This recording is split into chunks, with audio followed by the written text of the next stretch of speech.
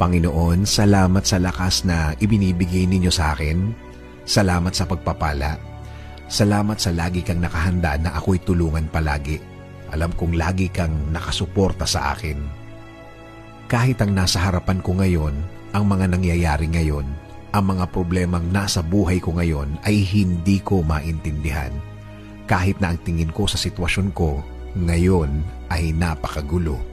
Sa iyo pa rin ako aasa, sa iyo pa rin ako kakapit because you said in your word that you will always be there for me with a helping hand. As a father to me, I thank you, Lord. Hindi ako manghihina sa mga bagay na to. Hindi ako mawawalan ng loob, hindi ako matatakot dahil naniniwala ako na lagi kang andyan para ako ay sagipin sa mga problemadong araw tulad ng mga nararanasan ko, Panginoon. Alam ko, Lord, things will never be the same, na ang lahat ng ito'y magbabago, na ang lahat ng ito'y mabibigyan mo ng sagot, na ang lahat ng ito'y nasa harap ko lang na ikaw ay nagbibigay ng iyong blessings behind the scene. Dahil alam ko, Lord, na ako'y bahagi ng iyong plano para ako'y mapunta sa mabuti, plano para mas mapaganda ang kinalalagyan ko, plano para hindi ako masaktan, at plano na ikagaganda ng aking buhay, Panginoon.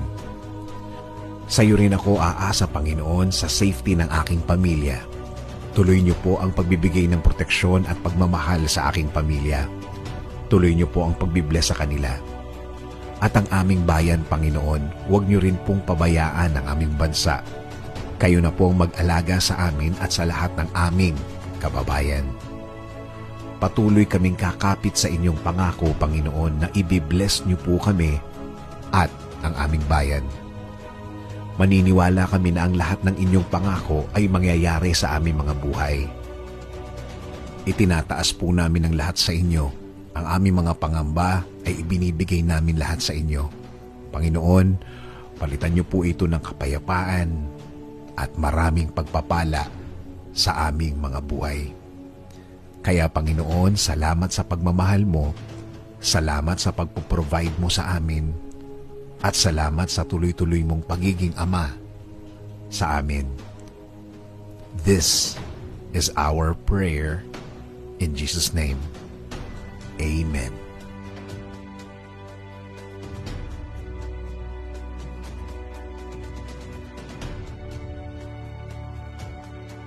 Thanks for watching. Paki-like and share ang video na napanood mo para mas maraming matulungan ng mga kababayan natin, hindi lang dito sa Pilipinas, hanggang sa ibang bansa. And don't forget to like and follow my page, Dennis Antinor Jr. Certified. Thanks!